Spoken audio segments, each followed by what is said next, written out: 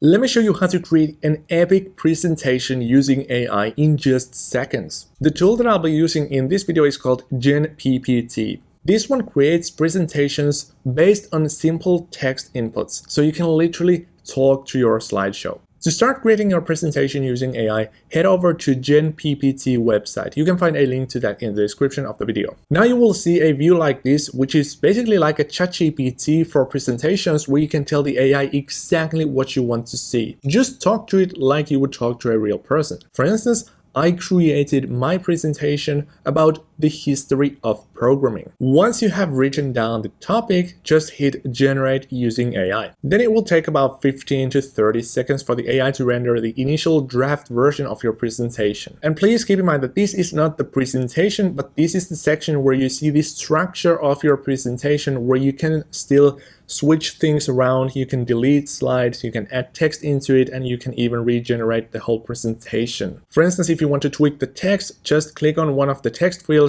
and feel free to type in whatever you want to. And if there's a slide you don't like, just hit the delete button and you will get rid of it very easily. Then don't forget that you can create new slides on the bottom where it says add new slide, and you can also change the order by just dragging and dropping the slides around from the 6 dots on the left corner. Now, whenever you're ready with the structure, when everything is in place, just hit generate. Once again, this takes about 30 seconds up to a minute for the AI to create the presentation. And after the wait, here's your first look at your presentation. I mean, isn't that handy? And now this is why I love GenPPT. On top of creating a brand new set of slides using AI, you can customize quite literally everything. By clicking the visible elements in the view, you can tweak those. For example, you can drag those around, and if you're, for instance, tweaking the text, you can change the font, the color, and the appearance and whatnot. For example, if you choose a text block, you can change the text, you can change the font size, the font style, the color, and whatnot. And by the way, these design elements are also mobile. The only thing I don't like about this is that there is no Command Z or Control Z button, so if you accidentally do something, you have to manually undo it. And speaking of these design elements, you can add more shapes into your slideshows with the shapes button on the top corner. However, I usually don't touch this because when I do this, these presentations will end up looking very try-hard. Also, you can add media to your slideshows. And to this end, there are two options right now.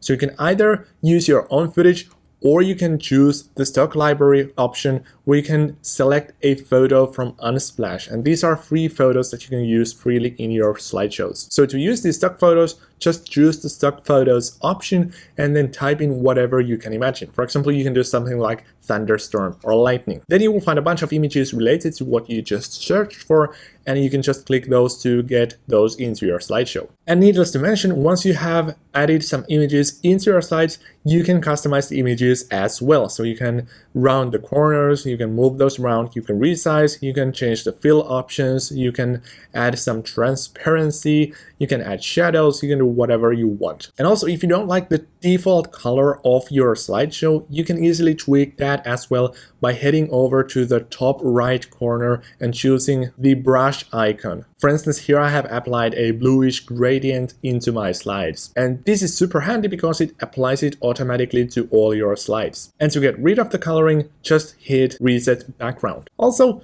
please don't forget that every single object in the slideshow is an independent object living on its own layer. And you can also tweak these layers by using the layer icon on the top right corner. So as you can see, you can create slideshows using AI in just seconds, and then you can take it to the next level by using these customization options and edits. This is super useful. It gets you from point A to B. It saves you a lot of time, and you just need to check the facts and then make the presentation count by adding your experience and expertise to it.